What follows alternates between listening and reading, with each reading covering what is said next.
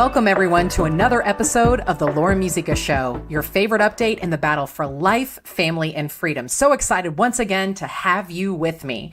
I'm Laura Musica, attorney and human rights advocate, and I serve as president and CEO of Sidewalk Advocates for Life, the nation's largest sidewalk outreach organization. Last week, we started a conversation with former Planned Parenthood director Abby Johnson, and today we're hosting part 2 of that discussion. For those of you who are just jumping into the conversation and still getting to know Abby, Abby spent 8 years with Planned Parenthood, America's abortion empire, and quickly rose through its ranks to become a clinic director. Now, everything changed in September of 2009 when Abby was asked to assist with an ultrasound-guided abortion, where she watched a 13-week-old baby fight and struggle for his life.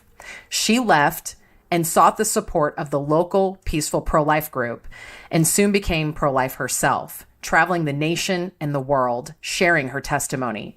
Today, Abby is arguably the most sought-after international pro-life speaker. She's the author of 4 books, 2 documentaries, and her story was turned into a movie. She's the founder of And Then There Were None, Abortion Worker Ministry, a ministry designed to help abortion clinic workers transition out of the industry without fear of exploitation, and Pro-Love Ministries, which fills service gaps in the pro-life movement. Let's welcome back to the show, Abby Johnson. Hey there, Abby. Hello. Thanks for having me back. So glad to continue the conversation. Again, folks, if you have not heard part 1 of the discussion, you have to go back at some point and listen to it. It's so incredibly powerful. So again, so honored to continue the conversation with you, Abby. Let me go ahead and jump right in. For those who go to abortion facilities or otherwise have someone in their life that works for the industry, what are the top 2 or 3 tips that you have for them in helping abortion workers quit? You know, I tell people most everybody who works in the industry has a reason why. There's usually a story as to why they got there. Um, it might just simply be because they were struggling and this was the only job that they could find. But they were, in a financially vulnerable place. And so if that's the case, then they might need additional job training to get them, into a better job. But most of the time it's because they have a personal story surrounding abortion. So they themselves have had an abortion. They've had an abortion at that clinic where they're working. They've taken someone to have an abortion. There's something there usually surrounding abortion. And so getting to kind of the root of that, I think, is really important. And we hear all the time, we read it in scripture that, when Jesus was asked a question, he usually answered with a question. So I think asking questions is really important. And it's really biblical. Asking questions to get, answers to these really difficult moral issues. Right? I think we make a lot of assumptions about people who are on the other side of these sort of issues. We're like, oh, these people, they work in the clinics because they hate babies or because because they think this about women or because they think this about the unborn and that may not necessarily be true. Most everyone who works in these abortion clinics, they are mothers. They don't hate babies. They don't hate children. They're not, dangerous around children or anything like that. They just have a story. And I think if we can get to the heart of that, I can tell you almost every woman, we've had over 700 women come through our ministry, and myself and one other woman were the only 2 that does not have a history of childhood abuse. That's crazy. So there's some deep wounds, right? Deep trauma in the lives of a lot of these women that have kind of led them to a place where they are lured in by an organization that would devalue them, that would dehumanize them, that would dehumanize others. Yeah, absolutely. So important. Again, we had a really rich discussion last show about how people even get into the industry in the first place, right? So I just encourage everyone, again, if you have not heard it, you have to go back and listen to part 1. But I think you're so right, Abby. It's so important that we don't make assumptions about other people or demonize the other side. we just really need to understand that these are people that have been hurt in some way or affected in some way by abortion. That can be a really powerful starting point to just understanding that. It would allow us to bridge gaps, to build a relationship over time, to encourage people to plant seeds. So important. We've got some big things that are going on, Abby, in the culture and in our movement. I want to go back and ask you a few global questions, your opinion about some of these things. Here at Sidewalk Advocates for Life, we don't attack or criticize people, but we do discuss ideas.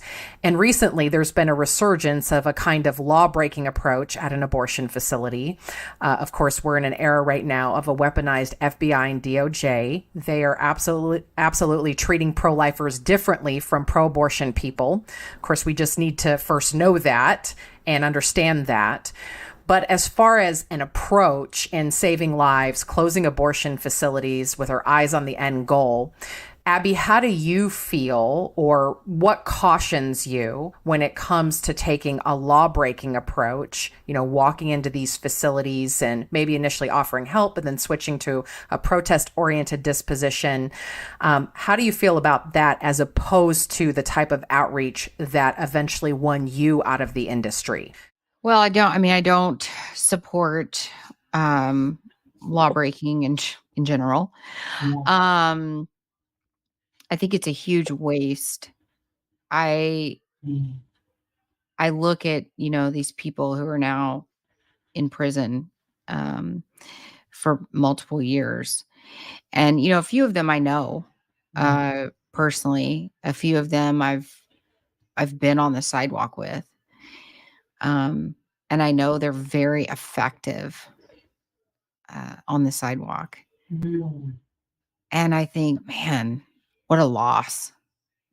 What a loss for all of us on the sidewalk. What a loss for our work trying to save babies from that last, just at that last minute, And I think, wow, how many lives could be saved in those years that they're going to be in prison, just sitting there, where they could be out on the sidewalk, directly interacting with women who have abortion appointments, in that next hour to take the lives of their children. I think it's a huge waste. I think it's a huge distraction to our movement when we have life-saving techniques that work, like what you guys are doing. We know that works. I've said for a long time, if there was something, if they were doing something that was really effective, then I'd be like, all right, like I'm in it, let's break the law. Like, let's do it, but it's not proven to be effective.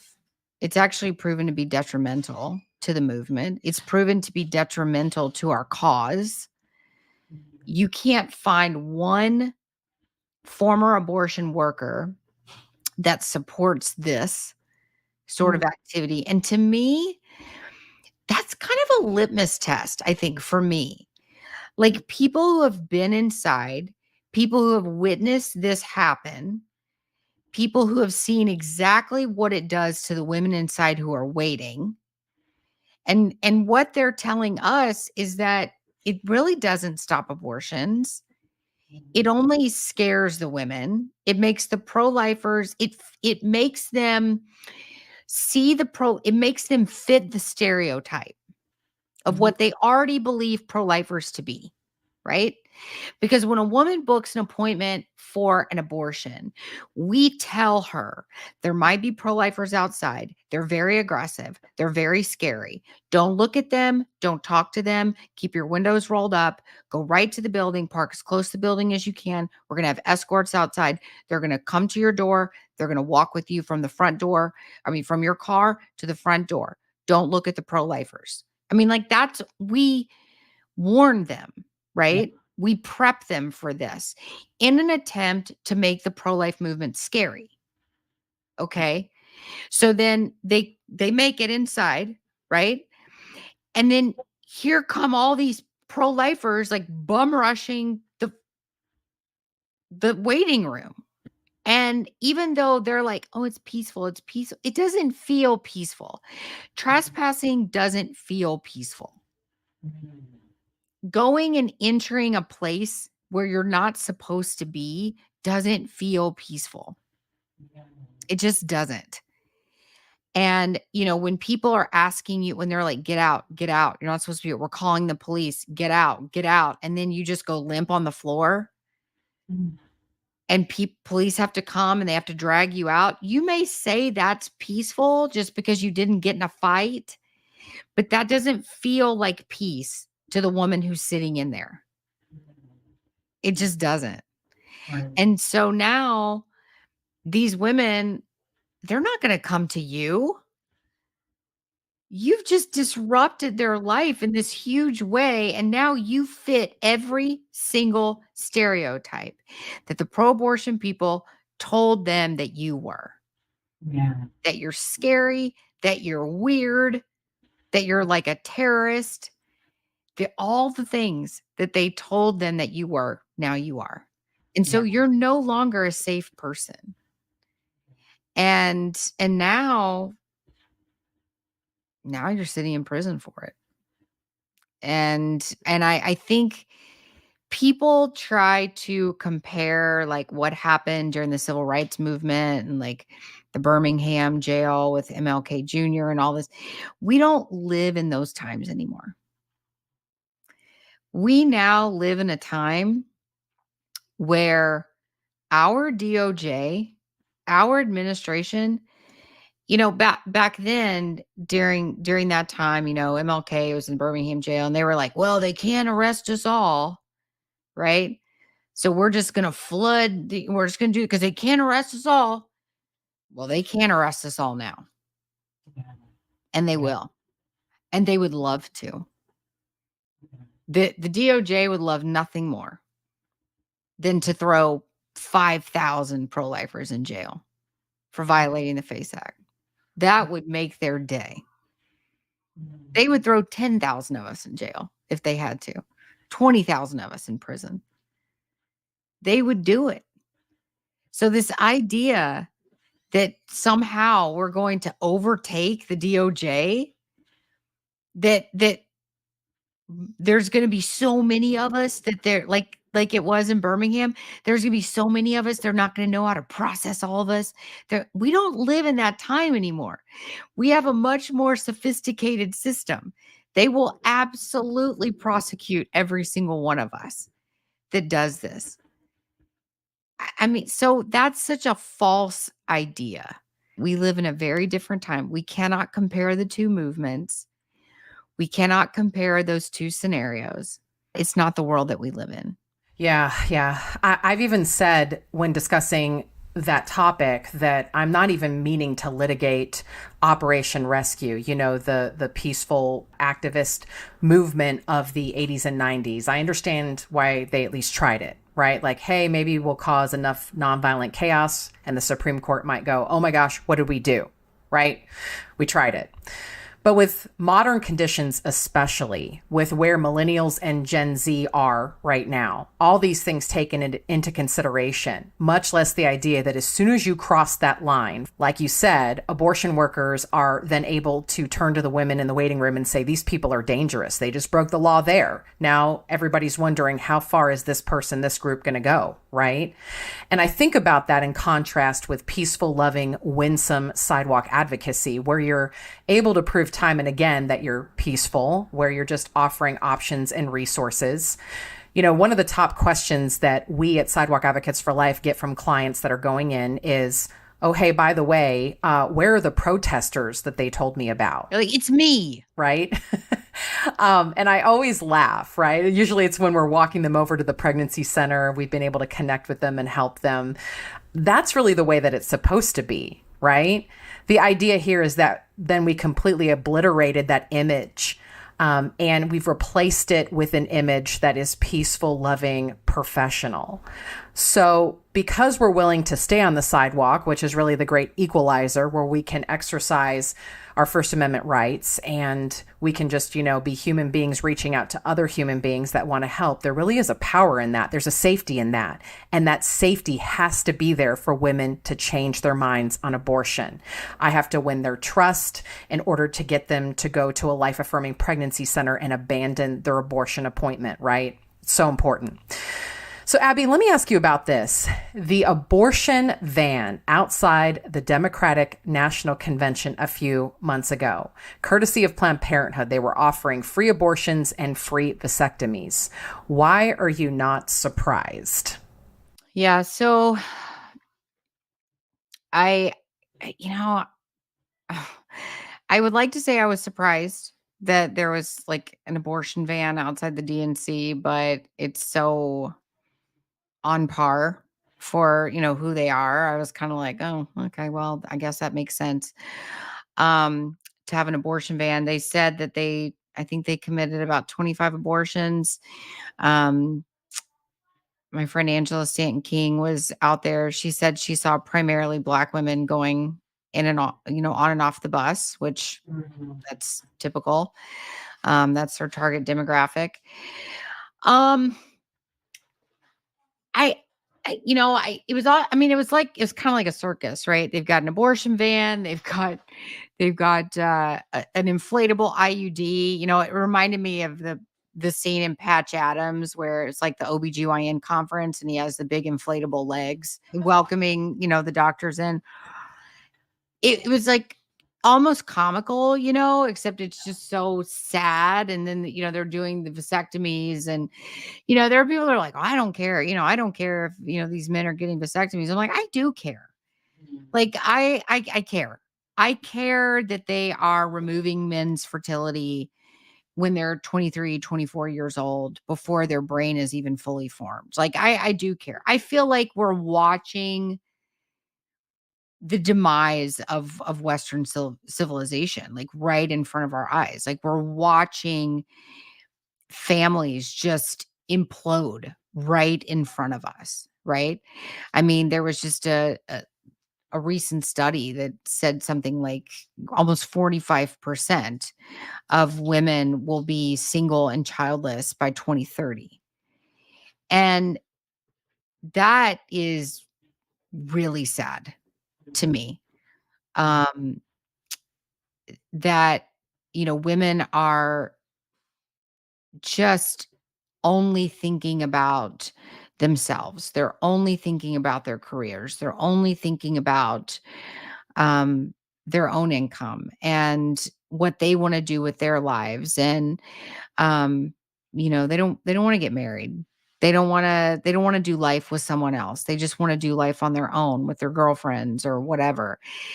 We've lost the importance of family in this country. We've lost the importance of sacrifice for others. It's really sad to see. And, I do care that we're so flippantly willing to sterilize young people, and call that progress. That's that's not progress to me. Um, I think it's regression kind of in the worst way. So true. Abby, last question. What is the biggest challenge that you see that we face as a movement, and what's your advice for overcoming it? I think the biggest challenge is right now kind of sticking to the battle. Like I just said, I think there's a lot of people who are willing to just give up because the state battle is not going the direction they want. They feel like, well, the GOP's taking the pro-life plank out. So like, why even fight anymore? Or what difference am I making? Right. Just let the PRCs handle it. Just, and I think we become very forgetful and we let other things take precedent over the greatest human rights tragedy of our time. And that's abortion. We think securing the border is more important than protecting thousands of children in the womb every day. We think, I don't know. We think the cost of groceries is more important than babies being torn apart in their mother's wombs every day. We become so, our priorities become so out of whack so easily, so fast. And I think keeping the main issue, even in the pro-life movement, it's tough right now.